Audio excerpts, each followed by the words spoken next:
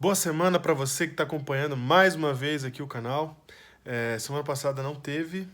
É, eu fiz um vídeo, já está pronto já, mas eu achei que ele está muito polêmico e eu resolvi não postar ele.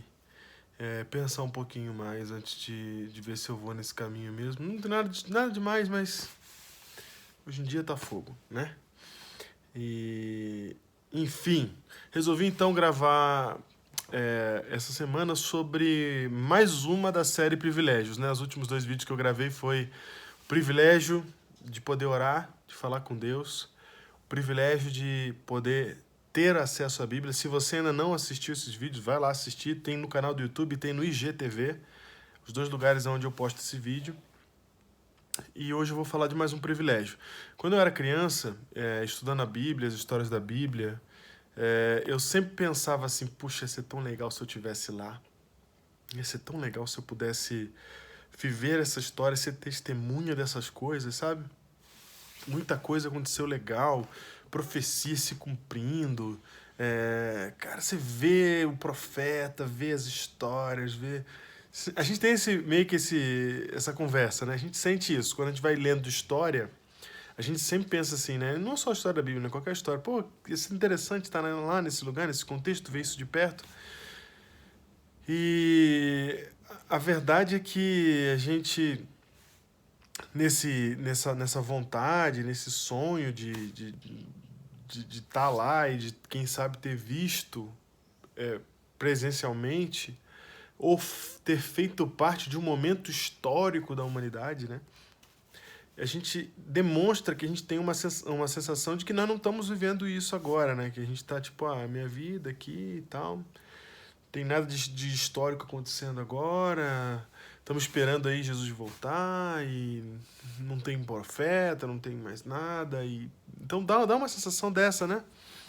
Mas eu acho que a gente está ignorando um dos privilégios que a gente tem, que é ao mesmo tempo uma grande responsabilidade, mas também é um privilégio, porque nós estamos sim vivendo num período histórico e num período profético, né? Nós estamos num momento da história humana que é muito importante e singular. Na verdade, se você olhar para a história toda, você vai ver que todo mundo viveu em algum momento da história que se viveu, viveu-se sim algo da história da humanidade, né? É, a gente, a vida humana acontece diante da história. E a gente está ignorando uma coisa muito importante, que nós estamos no último tempo, nós estamos no tempo do fim. Nós estamos vivendo, sim, momentos históricos e proféticos. Esse momento que a gente está agora é um momento histórico, é um momento histórico para a humanidade e é o fim do mundo. Nós estamos vivendo no fim do mundo, nós estamos vivendo nos últimos períodos da história humana. Nós, no século XIX, vimos o cumprir das palavras de Cristo. Eu vou ler para você aqui Lucas capítulo 21. Eu vou ler o verso 25. Haverá sinais no sol, na lua e nas estrelas. Sobre a terra, angústia entre as nações em perplexidade por causa do bramido do mar e das ondas. Olha só.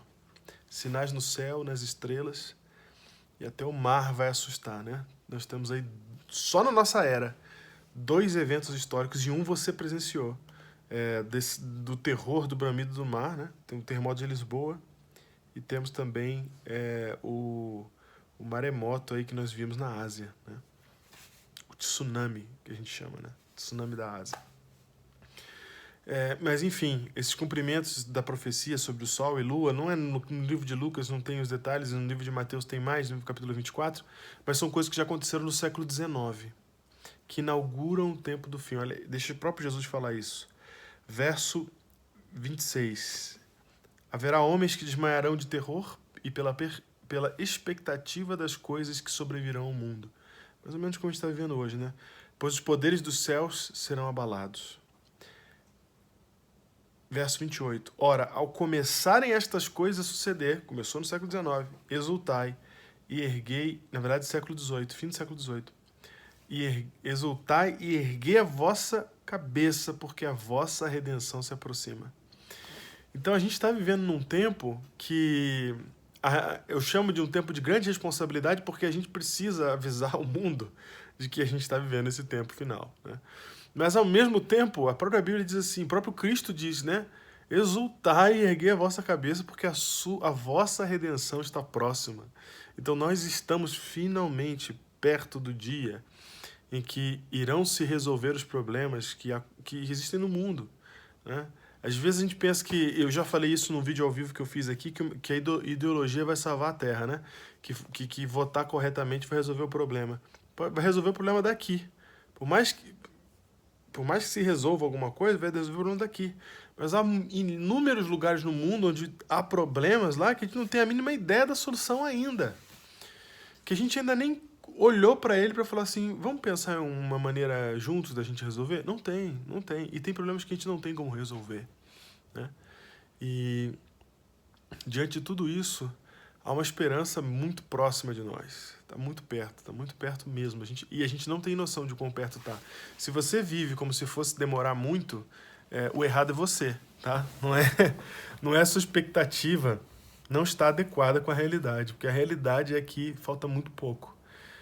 O tempo do fim já começou. A Bíblia brinca com essa ideia de tempo do fim, ao falar de que o despertamento para a volta de Cristo acontece à meia-noite, né? Que é a última hora que a gente tem no dia. Ou seja, a gente está na última hora do dia há mais ou menos 200 anos já.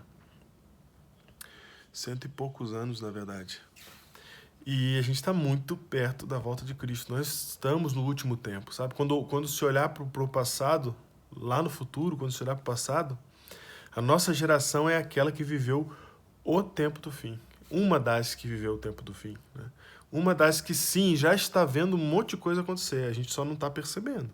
Mas elas estão acontecendo. Quando eu digo a gente não está percebendo, na maioria de nós, né?